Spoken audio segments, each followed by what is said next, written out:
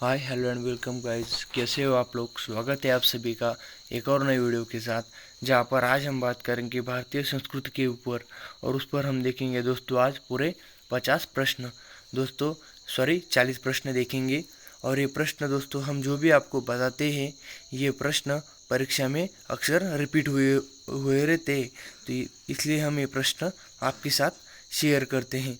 तो दोस्तों चलिए ये वीडियो की शुरुआत करते हैं। और ये प्रश्न आगे भी परीक्षा में रिपीट हो सकते हैं, इसलिए ये प्रश्न हम आपके साथ शेयर करते हैं। अगर मैं उम्मीद करता हूँ अगर आपने ये वीडियो आखिर तक देख लिया तो आपका भारतीय संस्कृति के ऊपर मैंने जो भी प्रश्न बताए हैं वो एक भी प्रश्न नहीं जाएगा। तो चलिए पहले प्रश्न की शुरुआत करते हैं। तो देखिए पहला प्रश्न, देखिए भारत में होली का त्यौहार मुख्य रूप से किसका प्रतीक है। तो यहाँ पर आपका सही जवाब हो जाएगा ऑप्शन ए, बुराई पर अच्छाई की जीत इसका प्रतीक है। कौन सा? होली। होली त्यौहार बुराई पर अच्छाई की जीत का प्रतीक है। चलिए दूसरे प्रश्न की तरफ जाते हैं। हमारा दूसरा प्रश्न है, दूसरा प्रश्न देखिए, दीपावली किस देवता से जुड़ी हुई है। तो यहाँ पर आपका सही जवाब हो जाएगा ऑप्शन बी, दीपावली भगवान राम से जुड़ी हुई है। हमारा तीसरा प्रश्न, हमारा तीसरा प्रश्न है, देखिए दक्षिण भारत का प्रसिद्ध फसल पर्व कौन सा है। अब देखिए ये प्रश्न है, ये प्रश्न परीक्षा में बार बार रिपीट होता है। अक्सर में आपको जो प्रश्न आईएमपी है ये परीक्षा में बार बार रिपीट होता हुआ दिख गया तो मैं इसे आईएमपी लिख के आपको बता दूंगा, क्योंकि ये प्रश्न आपको ध्यान में रखना ही है। तो चलिए देखते हैं इसका आंसर क्या होता है। देखिए दक्षिण भारत का प्रसिद्ध फसल पर्व कौन सा है। तो यहाँ पर आपका सही जवाब हो जाएगा ऑप्शन ए, पोंगल। पोंगल दक्षिण भारत का प्रसिद्ध फसल पर्व है। आपका चौथा प्रश्न है, चौथा प्रश्न देखिए, चौथा प्रश्न, प्रसिद्ध पुष्कर मेला किस राज्य में आयोजित होता है। देखिए मैं फिर से यहाँ पर आईएमपी प्रश्न लिख रहा हूँ, क्योंकि परीक्षा आपको समझ जाना है। मैं जब भी आईएमपी लिखूंगा ये प्रश्न बहुत आईएमपी है और परीक्षा में रिपीट हुआ है और आपको ये प्रश्न याद रखना ही है। देखिए प्रसिद्ध पुष्कर मेला किस राज्य में आयोजित होता है। तो यहाँ पर आपका जवाब हो जाएगा ऑप्शन बी, राजस्थान। पुष्कर मेला राजस्थान में आयोजित होता है। आपका अगला प्रश्न है, आपका अगला पांचवा प्रश्न है, दशहरे के दिन किसका दहन किया जाता है। तो ये सभी को मालूम होगा कि दशहरे के दिन किसका दहन किया जाता है। तो यहाँ पर आपका सही जवाब हो जाएगा ऑप्शन ए, रावण।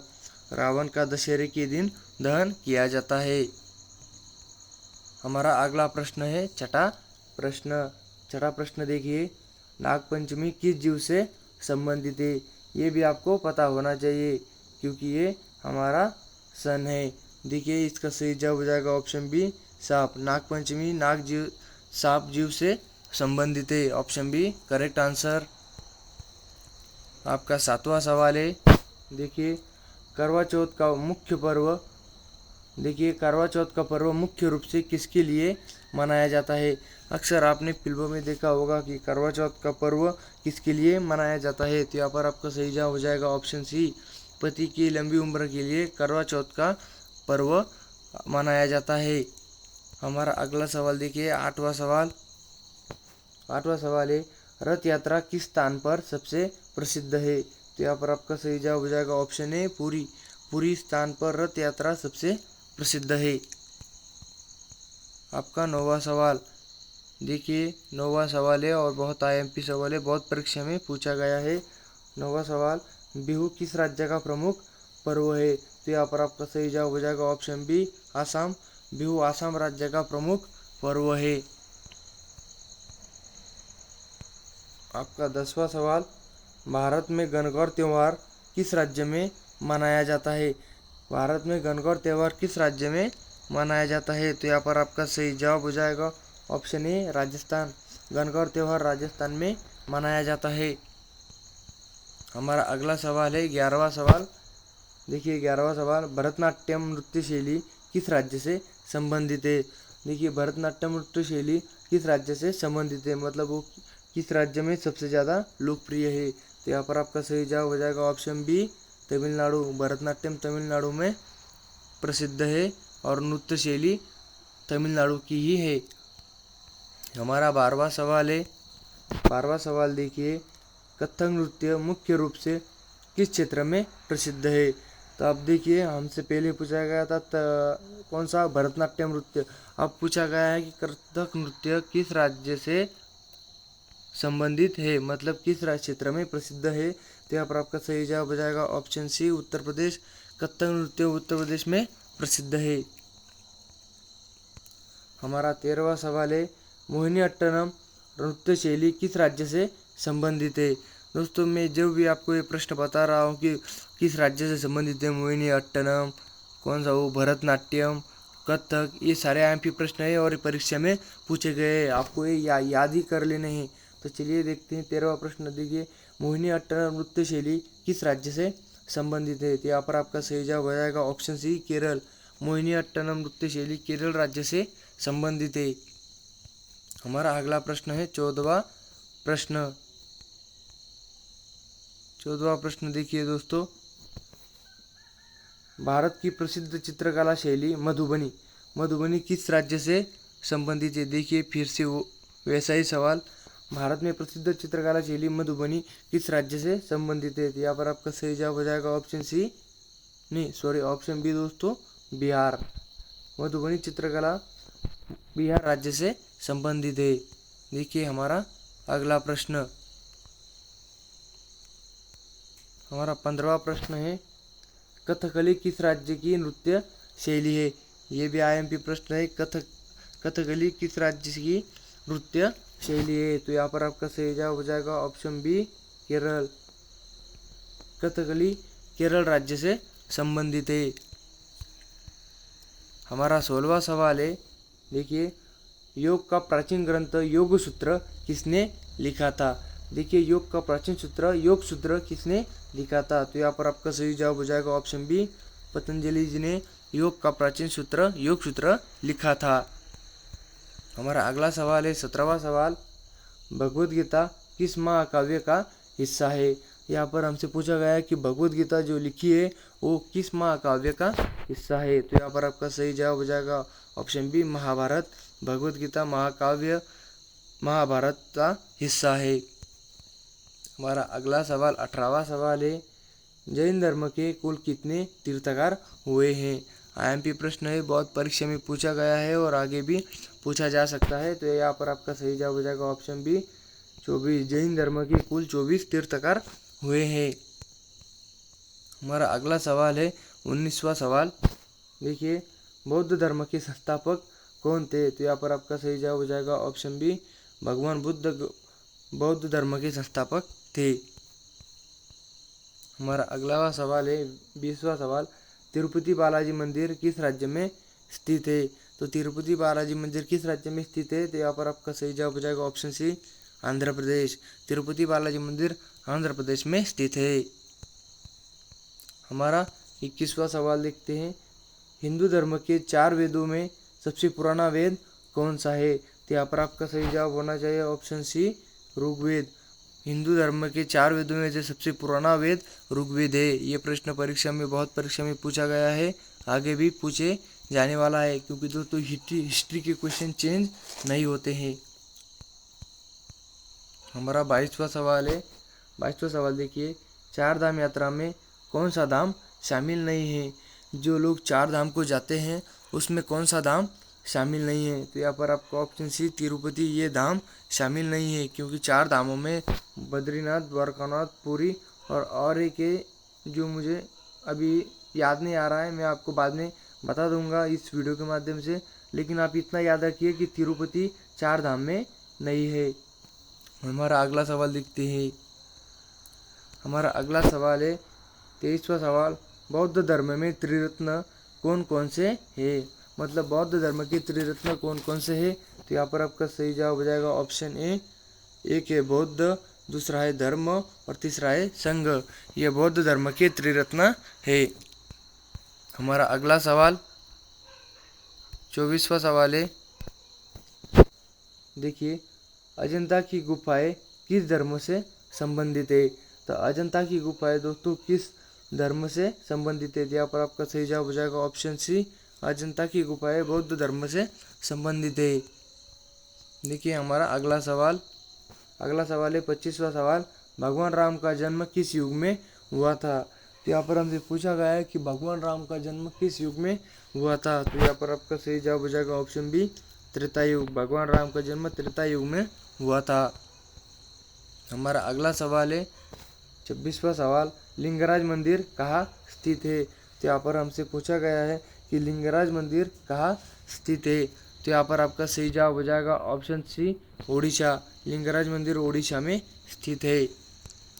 हमारा अगला सवाल है 27वां सवाल। देखिए महाभारत में भीष्म पितामह का असली नाम क्या था। यहाँ पर हमसे पूछा गया है कि महाभारत में जो भीष्म पितामह थे उनका असली नाम क्या था। तो यहाँ पर आपका सही जवाब हो जाएगा ऑप्शन सी, देवव्रत। महाभारत में जो भीष्म पितामह थे उसका नाम देवव्रत था। हमारा अगला सवाल है 28वां सवाल। देखिए सिख धर्म के संस्थापक कौन थे। तो सिख धर्म के संस्थापक दोस्तों ऑप्शन बी, गुरु नानक जी सिख धर्म के संस्थापक थे। यहाँ पर आपका सही जवाब हो जाएगा ऑप्शन बी। और ये आईएमपी प्रश्न है, बहुत परीक्षा में पूछा गया है और आगे भी पूछे जाने वाला है। हमारा अगला सवाल है 29वां सवाल, भारत का सबसे बड़ा मस्जिद कौन सी है। तो यहाँ पर आपका सही जवाब हो जाएगा ऑप्शन सी, ताजुल मस्जिद जो भोपाल में स्थित है वो भारत की सबसे बड़ी मस्जिद है। हमारा 30वां सवाल है, देखिए अमरनाथ गुफा मंदिर किस देवता को समर्पित है। तो यहाँ पर आपका सही जवाब हो जाएगा ऑप्शन बी, भगवान शिव। भगवान शिव के लिए अमरनाथ गुफा मंदिर समर्पित है, क्योंकि अमरनाथ गुफा मंदिर भगवान शिव की ही मंदिर है। हमारा 31वां सवाल देखिए, संस्कृत भाषा की पहली व्याकरण पुस्तक अष्टाध्यायी किसने लिखी। संस्कृत भाषा की पहली व्याकरण पुस्तक अष्टाध्यायी किसने लिखी, प्रश्न आईएमपी है, नोट कर लीजिए। यहाँ पर आपका सही जवाब हो जाएगा ऑप्शन बी, पाणिनि। पाणिनि संस्कृत भाषा की पहली व्याकरण पुस्तक के अष्टाध्यायी के लेखक थे। हमारा अगला सवाल 32वां सवाल, भारत में हिंदी को किस वर्ष राजभाषा घोषित किया गया है। ये बहुत आईएमपी प्रश्न है, बहुत परीक्षा में पूछा गया है और आगे भी पूछे जाने वाला है। तो देखिए भारत में हिंदी को किस वर्ष राजभाषा घोषित किया गया है। तो यहाँ पर आपका सही जवाब हो जाएगा 1950 में भारत को हिंदी को राजभाषा के रूप में अपनाया गया है। हमारा अगला सवाल देखते हैं। हमारा अगला सवाल है 33वां सवाल, गीतांजलि पुस्तक किसने लिखी। तो यहाँ पर आपका सही जवाब हो जाएगा ऑप्शन है, रविंद्रनाथ टैगोर जी ने गीतांजलि पुस्तक लिखी है। देखिए हमारा अगला प्रश्न देखते हैं 34वां सवाल। देखिए रामचरितमानस किस भाषा में लिखी गई है। तो रामचरितमानस जो अभंग गाथा लिखी गई है वो किस भाषा में लिखी गई है। तो यहाँ पर आपका सही जवाब हो जाएगा ऑप्शन सी, वो अवधी भाषा में लिखी गई है। हमारा अगला सवाल, हमारा 35वां सवाल है, पंचतंत्र ग्रंथ किस विषय से संबंधित है।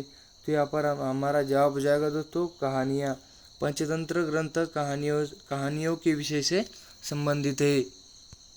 हमारा अगला प्रश्न देखते हैं 36वां सवाल, तक्षशिला किस काल के प्रसिद्ध विश्वविद्यालय था।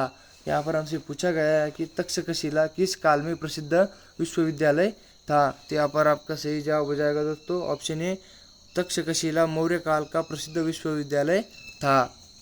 हमारा अगला सवाल है, देखिए अगला सवाल देखिए 37वां सवाल 37वां, नालंदा विश्वविद्यालय किसने नष्ट किया था। तो यहाँ पर हमसे पूछा गया है कि नालंदा जो विश्वविद्यालय था, सबसे पुराना विश्वविद्यालय कौन सा है, नालंदा, वो किसने नष्ट किया है। तो यहाँ पर आपका सही जवाब हो जाएगा ऑप्शन सी, बख्तियार खिलजी ने नालंदा विश्वविद्यालय नष्ट किया है। हमारा अगला सवाल है 38वां सवाल, कालिदास किस काल के महान कवि थे। तो यहाँ पर हम देखिए कालिदास किस काल के महान कवि थे। तो यहाँ पर हमारा सही जवाब हो जाएगा ऑप्शन बी, गुप्त काल। ये प्रश्न आईएमपी है, बहुत परीक्षा में पूछा गया है और आगे भी पूछे जाने वाला है। तो देखिए कालिदास किस काल के महान कवि थे। तो यहाँ पर आपका सही जवाब हो जाएगा ऑप्शन बी, गुप्त काल। तो देखिए हमारा अगला सवाल देखते हैं, ये हमारा सेकंड लास्ट क्वेश्चन है, इसके बाद वीडियो समाप्त हो जाएगी। देखिए भारत में पहला कुलगुरु कहाँ स्थापित किया गया था। तो यहाँ पर हमसे पूछा गया है कि भारत का पहला गुरुकुल कहाँ स्थापित किया गया था। तो यहाँ पर आपका सही जवाब हो जाएगा ऑप्शन बी, तक्षशिला में भारत का पहला गुरुकुल स्थापित किया गया था। हमारा आखिरी सवाल देखिए, हमारा आखिरी सवाल क्या है, कवि सम्राट के नाम से कौन प्रसिद्ध है। ये प्रश्न बहुत IMP है क्योंकि ये परीक्षा में बहुत बार आ चुका है। तो देखिए, कवि सम्राट के नाम से कौन प्रसिद्ध है। तो यहाँ पर आपका सही जवाब है ऑप्शन बी, कालिदास। देखिए दोस्तों, अगर आपको वीडियो ज़रा सा भी पसंद आए तो चैनल को लाइक और सब्सक्राइब ज़रूर करना। अगर आप मुझे बताइए, अगर आप परीक्षा की तैयारी कर रहे हैं और आप GK में वीक है तो आप हमारे चैनल को लाइक और सब्सक्राइब ज़रूर करना, क्योंकि हम जब भी वीडियो GK की वीडियो डालें तो सबसे पहले नोटिफिकेशन आपको मिले, क्योंकि हम ऐसे ही वीडियो हर रोज़ डालने वाले हैं। धन्यवाद।